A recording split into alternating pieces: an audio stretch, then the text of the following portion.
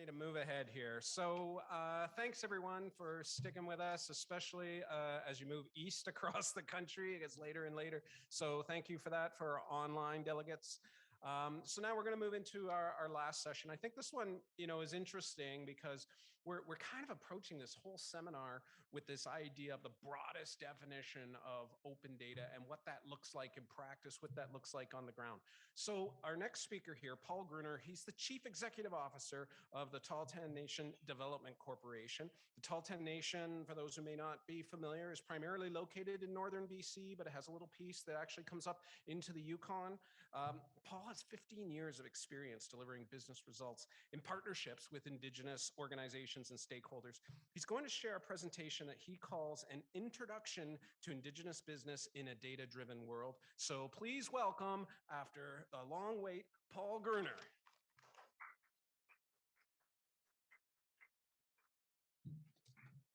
Thanks, brother. How's everybody doing today? Good? And do we have a bunch of data scientists in the room, I'm assuming? How many hands for data scientists? Guys, this is a data conference. Come on, everybody should be shooting their hands up here. What's going on? All right, well, we're gonna touch a little bit more on the people side. Sur les peuples, donc on va partir de ceci, que vous parliez un petit peu que vous pensez des données et l'information, etc.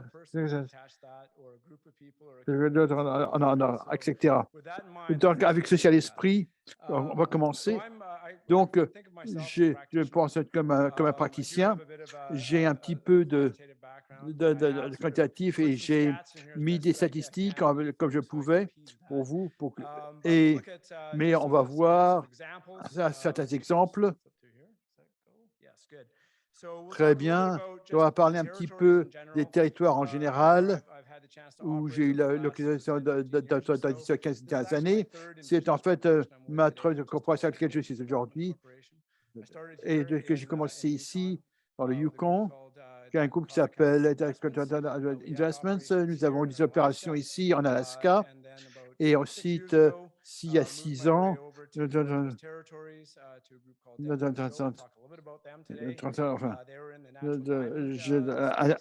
un des diamants. Et ensuite, du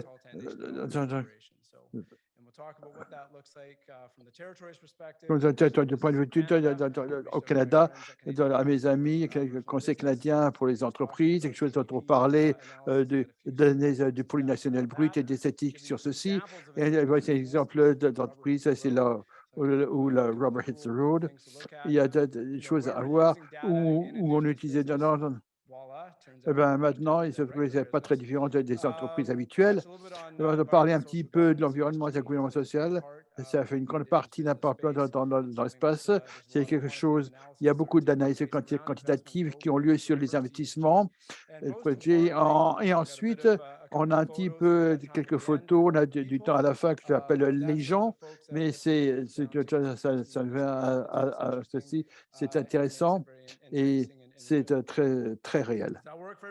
Est-ce que tout le monde est d'accord? Ça marche pour tout le monde? Très bien. Combien d'entre vous viennent des territoires? Combien d'entre vous viennent en dehors des territoires? Dans les territoires? Quelques-uns d'entre vous? OK, très bien. Donc, bienvenue au Yukon. Le Yukon, c'est l'un des 3 territoires. Et ça compte 40% de la superficie du Canada. Et il y a donc 110 000 personnes qui habitent dans ces 3 territoires. Donc c'est une population très, très, très petite, une densité très faible. De là, 50% sont des autochtones. Au Yukon, 25% sont des autochtones. Au nord du territoire, c'est 85%. Au Nunavut, c'est 85%. Donc, j'aime aussi vous montrer aussi cette feuille de chaleur parce que ça montre ce qui se passe au Canada et c'est vraiment la population dans les territoires. Mais au Canada, 90% à 150 000 de la frontière américaine, 90% de la population. 80% de la population canadienne vit dans les villes et 50% des populations habitent aussi dans des villes. Donc, on commence à voir cette population dans les espaces, donc aussi même dans les territoires, on voit avec Whitehorse qui est la capitale, et Yellowknife et Nunavut et Iqaluit, ces 3 villes continuent à grandir. On voit cette population dans ces petites communautés. On a des difficultés d'infrastructure. Le Yukon, nous avons une route qui va jusqu'en Alaska. On a 50% du territoire du Nord-Ouest, on fait plus de routes. Nous avons une route qui va jusqu'à Yellowknife, qui va à 150 km au-delà de ceci. Encore que on l'a construit à cette route, c'est une longue de glace. C'est la ensuite, il n'y a pas de route, donc c'est tout accès par avion, bien par eau. Ensuite, l'électricité est pareil, Yukon 90%, 93% hydroélectrique, territoire du Nord 50% et Nunavut 10% accès au port. Vous avez des accès au port, Nunavut aucun. Ensuite, logement, il y a des difficultés dans les trois territoires et ça a un effet sur ce qu'on fait. Je voudrais aussi vous montrer des photos que je présente. Donc, je travaille avec des endroits qui sont très, très bien. Cette photo, c'est les aurores boréales qu'on a eues l'été dernier en territoire du Nord-Ouest. Si vous voulez aller dans les territoires du Nord-Ouest, on a des diamants. C'est connu pour deux choses. Les diamants naturels. Le Canada est le troisième producteur au monde des diamants. Et l'autre, c'est les aurores boréales. Donc, si vous voulez peut-être trouver un vol, quand j'ai commencé à me réveiller, les vols étaient le dernier jour, c'est moins 40. On a eu beaucoup des touristes asiatiques. L'autre photo a été prise à Mine, où je travaille de Blue Shot. C'est vraiment remarquable. Donc, à lever de soleil, absolument remarquable. Donc, il y a une très, très belle scène.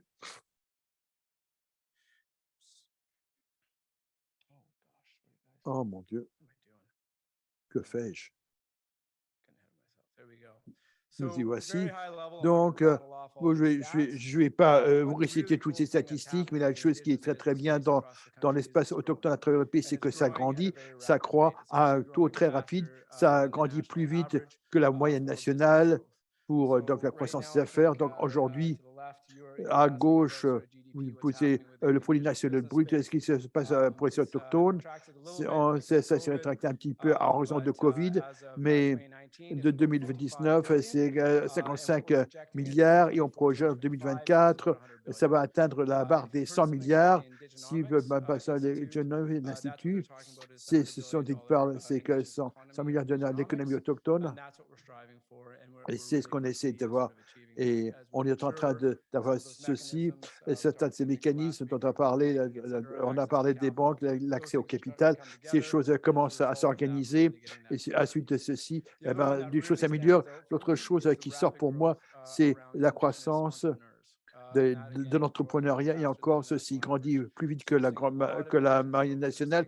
Il y a beaucoup d'autochtones qui commencent à monter leur entreprise. Et on voit des très bons succès, en particulier en Alberta, dans les deux endroits où les entrepreneurs ont bâti des entreprises de 100 millions de dollars. Donc, il y a des choses remarquables qui s'y passent. Quand on examine la population autochtone au Canada, on a 1,5 million de personnes autochtones, donc des Métis, Inuits et les Premières Nations.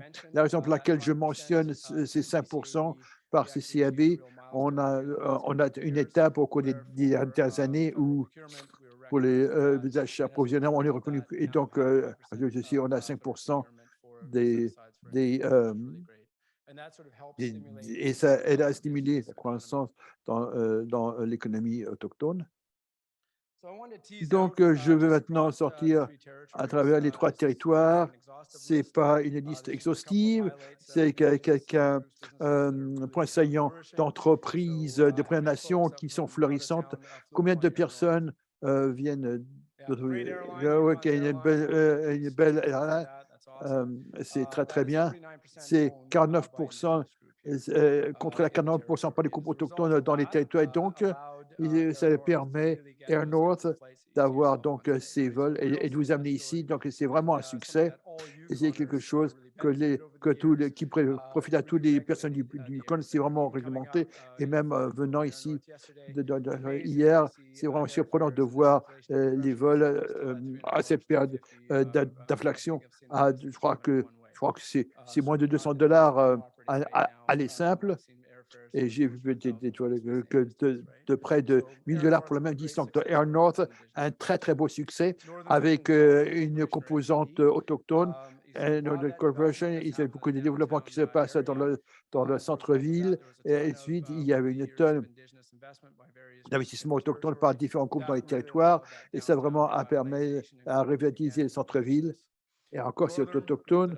Northern Group, avec lequel j'étais associé il y a quelques années, quand Northern, c'était une entreprise de fabrication ici dans le Yukon et en Alaska. Beaucoup des portes et des fenêtres que vous voyez ici dans les territoires, certainement, beaucoup de maisons, c'est tous des produits nordiques. Ensuite, ça me permet de me lever jusqu'en Alaska. Ce qui se passe en Alaska avec ces corporations de développement. 9 des corporations autochtones en Alaska sont autochtones. 3 font plus d'1 milliard de dollars. Donc, l'Alaska, c'est un territoire au Canada. C'est vraiment, on commence à voir où les autochtones, on voit. Le territoire du Nord-Ouest, c'est pendant plusieurs années. Très bien, entre ces deux groupes, si vous pouvez combiner les de ces deux autochtones, c'est le plus grand employeur dans les territoires du Nord-Ouest et il emploie autant de personnes que les mines combinées. Donc, non seulement ça génère beaucoup dans la communauté, mais des agriculteurs de groupes autochtones dans le développement. Ensuite, Iqaluit, j'espère que je respecte que ça fonctionne à Inuvik. On dit ils ont plus d'1 milliard de dollars, ils gestent plus d'1 milliard de dollars. C'est un groupe qui, si vous allez à Inuvik, qui est une très, très belle zone, il y a beaucoup de choses qui se font économiquement et ils commencent à diversifier. Maintenant, Canadian North, encore une fois, c'est contrôlé par les autochtones. Ils font beaucoup d'activités dans l'Arctique. Donc, ces communautés ont des difficultés avant. Canadian North les a aidés à prospérer. Nuna, un autre groupe de 49% contrôlé par les autochtones, encore une fois, développant dans les urnes, groupe de construction. Dans un Dayton Show, quelques exemples, je crois que c'est vraiment intéressant et qui m'ont impressionné. Certains groupes sont très humbles à la façon dont ils se sortaient de Dayton Show. J'adore ça, ça a commencé il y a 35 ans avec une subvention de $15 000 et ils sont devenus une plus grande entreprise qui opère dans les territoires du Nord-Ouest. L'une des choses dont j'étais vraiment fier pendant qu'on était là, on a gagné un prix de culture. Et pourquoi ça m'a impressionné créer une organisation qui voulait être pour les autochtones à travers du groupe autochtone. On est l'un de 3 autochtones qui a gagné donc ceci à travers le pays. Donc, c'est vraiment des points saillants. On fait quelque chose de tout à fait particulier. La raison pour laquelle certains j'ai mentionné les diamants. Voici un aperçu du rapport de la diamite, mais il y a ce 18 ans, on a vu 20 milliards de dollars dans les approvisionnements et c'était un territoire de 4 000 personnes, donc 70 personnes, c'est resté local, donc 4 milliards est distribué et environ 6 milliards qui vont directement aux peuples autochtones et donc le territoire du Nord-Ouest a le plus grand pollination de bruit que par tête d'habitant au Canada. Donc, si vous avez des millénaires et que vous essayez de lancer, eh bien, envoyez-les dans les territoires du Nord-Ouest. Ce n'est pas très, très, très difficile de faire 100 000 $ par an. Et donc, vous pouvez voir ces groupes autochtones qui ont vraiment fleuri grâce à ça. Voici un projet très intéressant. Donc, ce n'était pas uniquement les diamants pendant cette période que j'étais là. On a participé dans notre projet. Et la raison pour laquelle c'était intéressant, il y a quelques raisons, parce que c'est le projet de terres rares au Canada. J'espère que vous avez entendu parler de tous les aspects que dans l'espace ou pas. Et c'est devenu à l'avant-garde, électrifier et décarboniser le monde, l'une des choses qui est vraiment importante dans l'électronique que vous avez dans vos mains, dans vos iPhones. Tout ceci, ils ont des terres rares. Les terres rares ne sont pas aussi rares, mais c'est rare où vous pouvez économiser et faire des. On a 90 un contrôle. Ça vient de la Chine. Donc, c'est vraiment des difficultés de chaîne d'approvisionnement. Ça a été enfin, le fait que c'est une petite mine, mais c'était aussi la première mine à être faite par des mineurs autochtones dans les terres traditionnelles. Donc, c'est vraiment bien. Ça a commencé d'exposition, non seulement au Canada, mais aussi à niveau global. Voici un truc très bien, ça a été Individual Logistics. Donc, c'est comment vous pouvez adapter. On a commencé ça il y a 10 ans, 51% contrôlés par les Premières Nations. Et aussi, 99 par le groupe de gestion qui a l'expertise, le capital. On a commencé à faire des contrats. Pendant cette période de temps, on a acquis tous les logistiques dans les territoires. On a à Nunavut et à Edmonton. Donc, évidemment, c'est devenu le plus logistique, logistique à travers le pays, hormis les compagnies d'assurance, ça a duré quelques mois. Et ils ont acquis les 40% restants. Donc, vraiment, un risque sans risque. Vous entrez, vous gagnez l'expertise. Ils avaient donc une équipe qui sait gérer ces entreprises. Ils avaient donc des contrats dans le cas des partenaires des mines. Ensuite, on part de là. Très bien. De Corporation, c'est là où j'en suis aujourd'hui. Donc ici, qui existe depuis 35 ans, Show. Et encore une fois, c'est très, très humble. Et ça a commencé à bâtir des maisons par communauté, de mines. C'est un triangle. L'or et le cuivre. Aujourd'hui, on a fait 80 millions en revenus. Et aussi opérer, c'est des autochtones dans le territoire par le nombre d'employés. Donc, plus de 500, 70% sur autochtones, 30%. Donc c'est très diversifié et on est de pourcentage des entreprises qui opèrent dans la province par revenu, encore du côté des minéraux. Ensuite, on a des projets vraiment très, très cool, mais celui-ci m'a impressionné. C'est un endroit éloigné. Ils ont bâti beaucoup d'infrastructures au cours des dernières années, des politiques et des routes, comme ils ont électrifié toute la région il y a 15 ans. Et donc, suite à ceci, non seulement les maisons, mais aussi l'industrie. Et donc, j'ai mentionné plus tôt parce que l'électrification, au Canada et en Australie.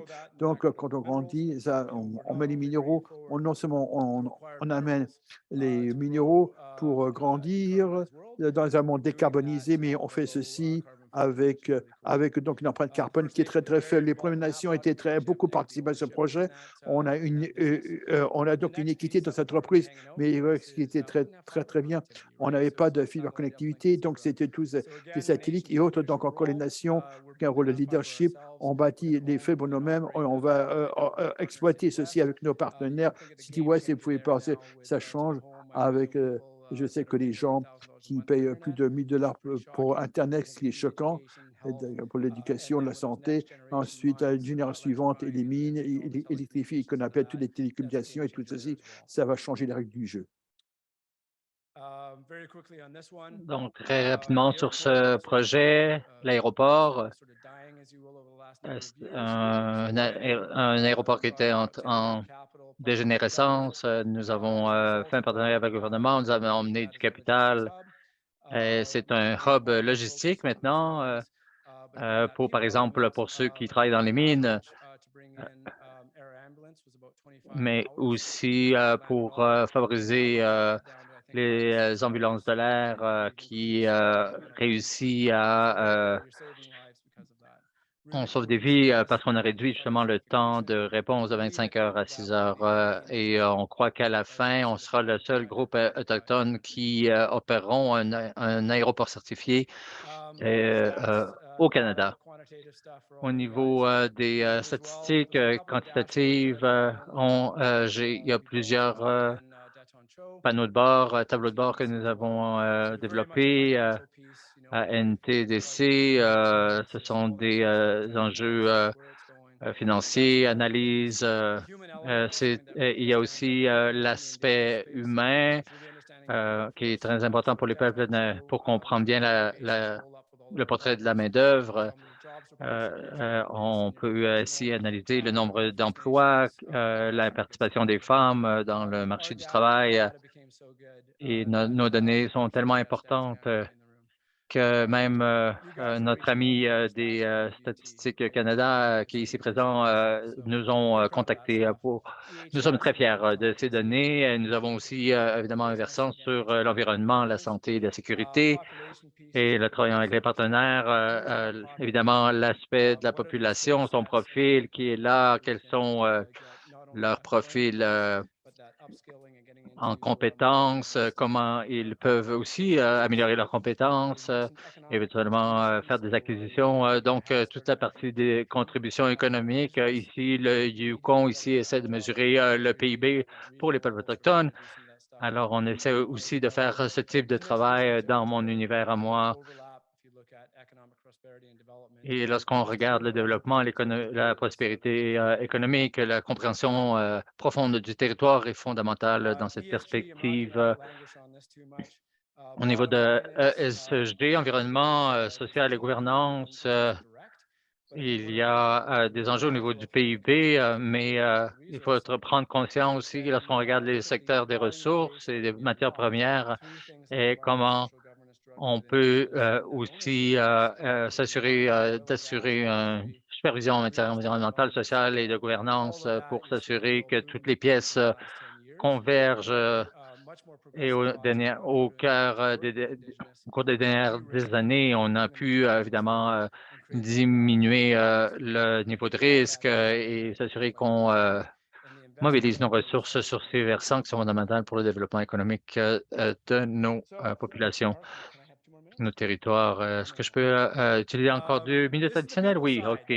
Alors, le côté des populations, des personnes, j'ai parlé des statistiques, du PIB et tout ça, mais à la fin de la journée, vraiment, tout cela se converge et crée une synergie autour des besoins des personnes, c'est plusieurs enjeux ici qui sont saillants par rapport à ces enjeux. On voit ici nous avons par exemple dû faire beaucoup de déblaiements pour l'aéroport. Alors nous avons pris tout cela, nous avons mis dans des camions et nous les amenons vers les communautés pour les aînés et pour que ce bois soit utilisé pour chauffer les maisons. Je crois que c'était une bonne façon pour réduire l'empreinte environnementale. Et à gauche, on fait du travail sur les routes, surtout durant l'été. Donc, c'est l'hiver maintenant, mais bon, l'été passé, et on fait un travail donc significatif auprès des amener des enjeux culturels autour de ces projets d'infrastructure routier.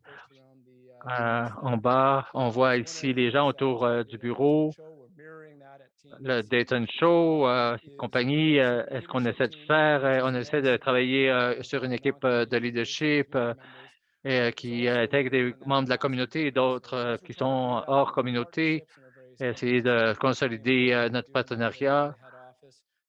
Et le but toujours de celui d'établir des relations étroites avec les membres de la communauté qui ont les bonnes habiletés, les bonnes compétences.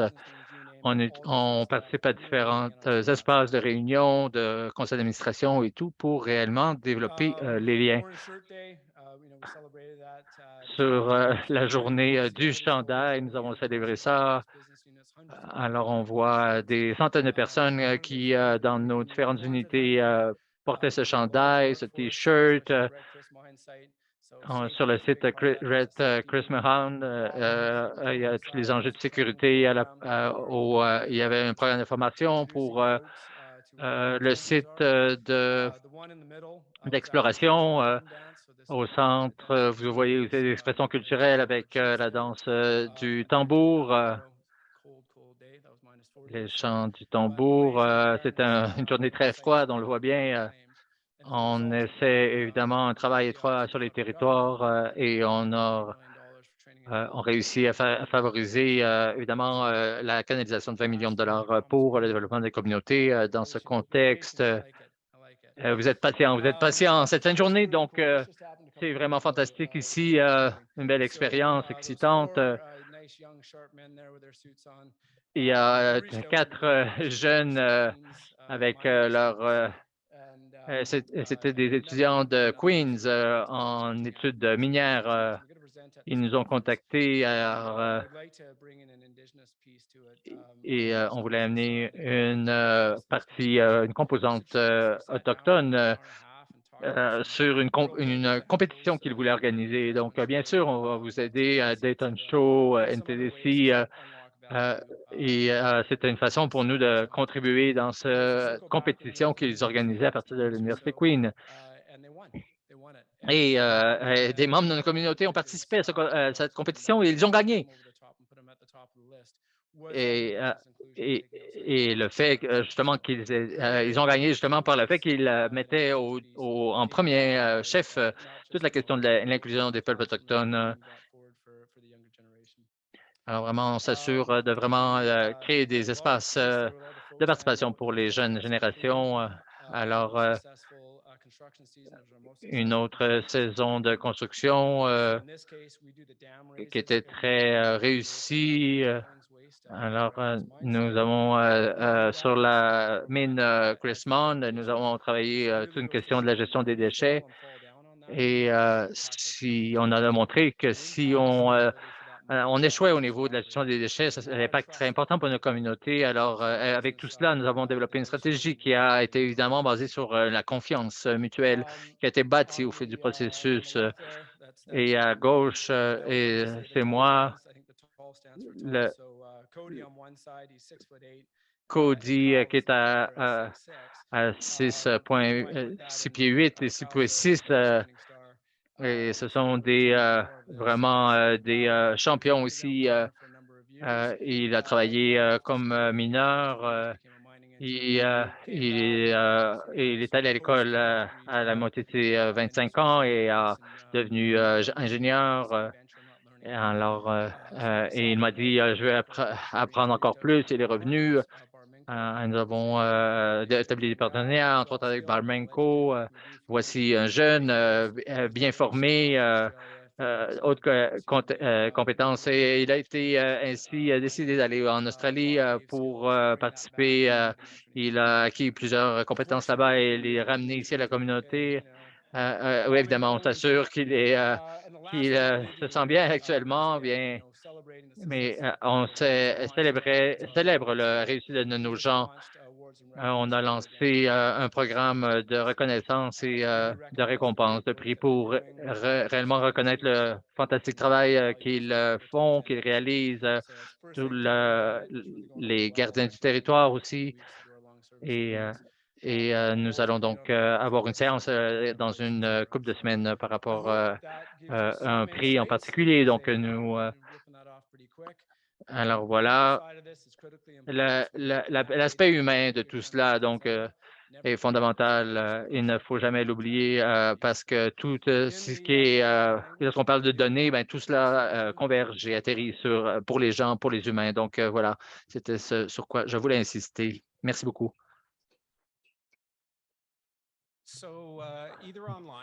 Donc, nous ouvrons la période de questions ici sur place ou en ligne. Quelques questions qu'on pourrait prendre avant que nous concluions la journée. Donc, j'aimerais faire une brève récapitulation. Merci beaucoup, Paul, pour ta présentation. Donc, pour les gens qui sont ici sur place, j'aimerais partager quelques réflexions sur la journée d'ouverture aujourd'hui. D'entrée de jeu, merci. Vraiment, c'est grâce à votre présence. C'est le public ici et virtuellement qui sont le clé, le point d'ancrage du succès d'un événement aujourd'hui. Mais ce qui m'a frappé dans toutes les présentations, c'est la diversité des perspectives que nous avons entendues. Souvent, on parle souvent des deux mêmes côtés d'une même monnaie, mais là, vraiment, on a mis en commun différentes perspectives, différentes façons de voir, de regarder les enjeux, les problématiques sur les données, comment les utiliser, comment les partager. Et je crois ce qui rend ces rencontres formidables, formidable qui permet de regarder, jeter un regard au-delà de votre petit domaine, mais vraiment voir ce qui se passe ailleurs et ainsi être inspiré. Alors, ce qui va se passer ce soir, ici à 7 heures, il y aura donc un souper offert. Si vous avez beaucoup de choses qui vous avez en tête, qui vous ont vraiment alimenter l'esprit, mais vous êtes fatigué, alors vous avez un moment pour vous reposer et vous avez donc un temps pour vous reposer, reprendre des forces et nous allons nous rencontrer à 7 heures pour le dîner donc ce soir et on se rejoint ici donc à 7 heures pour le souper du soir. Alors merci beaucoup, vous avez une période de pause.